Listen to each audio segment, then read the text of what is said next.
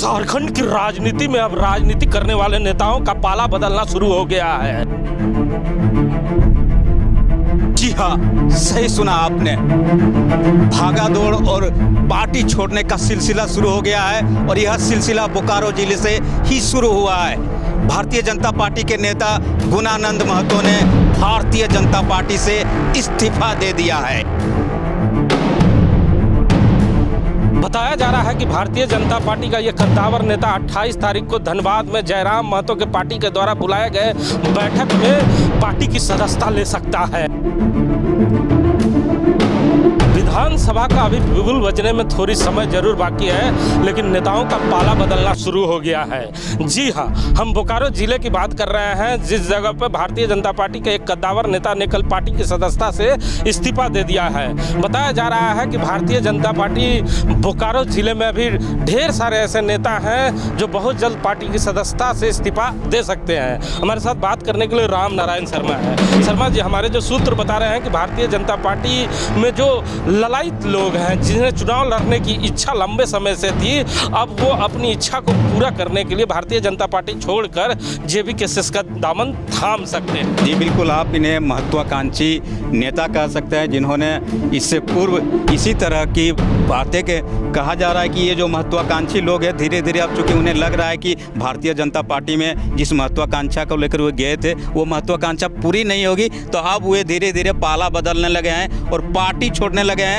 और कहा जा रहा है कि एक तीसरा विकल्प के रूप में राज्य में जो उन्हें विकल्प दिख रहा है, उस विकल्प की तरफ ये सभी लोग आकर्षित हो रहे हैं। बताया जा रहा था कि बेरमो से भी कई भारतीय जनता पार्टी के जो नेता हैं वो चुनाव लड़ना चाहते हैं, लेकिन लंबे समय से भारतीय जनता पार्टी के टिकट पर एक शख्स का दावा बनता है और एक शख्स बरकरार है। उस बरकराहट को तोड़ने के लिए भारतीय जनता पार्टी के कई नेता जेपी केसेस के संपर्क में आ चुके हैं। बताया जा रहा है कि वो लोग भी 28 तारीख को हो सके तो शामिल हो सकते हैं। बिल्कुल, मैं वही कह रहा हूँ जी, ये जो सभी महत्वाकांक्षी लोग हैं, जिन्हें उम्मीद थी कि आने वाले समय में कुछ समय बाद मुझे भी मौका मिलेगा, अपने क्षेत्र से प्रतिनिधित्व करने का मुझे टिकट मिलेगा, लेकिन अब जब उन्हें लगने लगा कि उन्हें टिकट नहीं मिल सकता है भारतीय जनता पार्टी जैसी पार्टी से, तो अब उन्हें तीसरे विकल्प के रूप में जयराम महतो की पार्टी झारखंडी भाषा खतियान संघर्ष समिति नजर आ रही है। और कहा जा रहा है कि भारतीय जनता पार्टी का बेरमो या कसमार ही नहीं, कई प्रखंड के जो नेता हैं,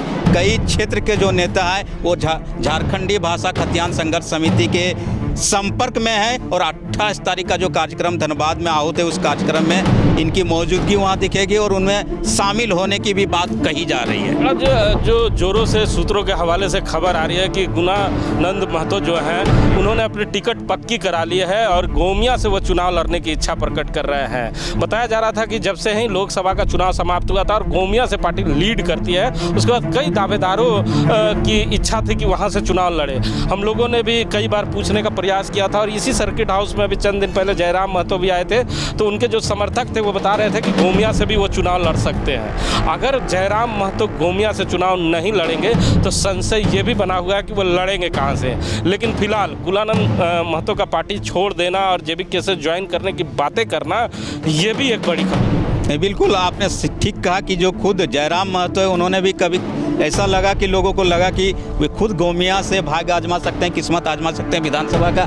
और अगर वो खुद वहाँ से चुनाव नहीं लड़ते हैं तो अभी भी एक प्रश्न जेबी केसेस में भी लगा हुआ है कि आखिर जयराम कहाँ से चुनाव लड़ेंगे। लेकिन अभी जो पार्टी छोड़कर, भारतीय जनता पार्टी छोड़कर जेबी केसेस की तरफ आकर्षित हुए हैं गुणानंद महतो जी, इसकी पृष्ठभूमि मुझे लगता है पिछले लोकसभा चुनाव से ही तैयारी चल रही थी। और पिछले लोकसभा चुनाव में गोमिया में जो जेबी केसेस को भारी भरकम वोट मिला, उसके बाद इन्होंने अब चूंकि पार्टी छोड़ दिया है भारतीय जनता पार्टी, और ऐसा लग रहा है कि ये जब जेबी केसेस से जुड़े हैं तो कुछ न कुछ जयराम महतो या उनकी टीम से ज़रूर बात हुई होगी। और 28 तारीख को ये पूरी जो वस्तु स्थिति है ये साफ नजर आएगी। हिमांशु जी का सूत्र क्या बता रहा है? चंदन क्यारी बोकारो में भी ये स्थिति पैदा हो सकती है, भाजपा की कांग्रेस या जेएमएम से भी कुछ लोग निकल सकते हैं। बिल्कुल, ये बहुत बड़ी बात है कि अब आप देख रहे हैं कि जब तीसरे मोर्चे की बात हो रही है तो भारतीय जनता पार्टी ने, कांग्रेस पार्टी का ये झारखंड मुक्ति मोर्चा के ये या दूसरे जो दल के लोग हैं वे भी JBKSS की तरफ आकर्षित हो सकते हैं। और चंदन क्यारी बोकारो ही नहीं, मैं कह रहा हूँ कि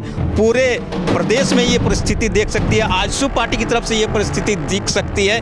ये आप आने वाले समय में जरूर दिखिएगा और इसकी शुरुआत तो एक तरह से गुणानंद महतो ने कर दी है। सुना ना आपने, बोकारो जिले में भारतीय जनता पार्टी के नेता ने जो कदम उठाया है उसके बाद बोकारो में खूब चर्चाएं हैं, क्योंकि लंबे समय से जो राजनीति करते हैं नेता, उनके दिलों में ये तमन्नाएं रहती है कि वो भी एक बार विधानसभा का चुनाव लगे, लेकिन गठबंधन के मार में हमेशा उन पर उनकी लालसाओं पर मार लग जाती है और वो चुनाव लड़ने से वंचित रह जाते हैं। लेकिन इस बार वो उन तमाम नेताओं के लिए तीसरा विकल्प के रूप में JBKSS आया है और तमाम लोग उस पार्टी की ओर जरूर अपने रुझान को बढ़ा रहे हैं। लेकिन आने वाला वक्त ही बता पाएगा कि जो 28 तारीख को सम्मेलन होने जा रहा है धनबाद में, उसमें बोकारो, गोमिया, बेरमो, चंदन क्यारी से कौन कौन नेता JBKSS में शामिल होंगे। कैमरामैन भोला के साथ GP हिमांशु।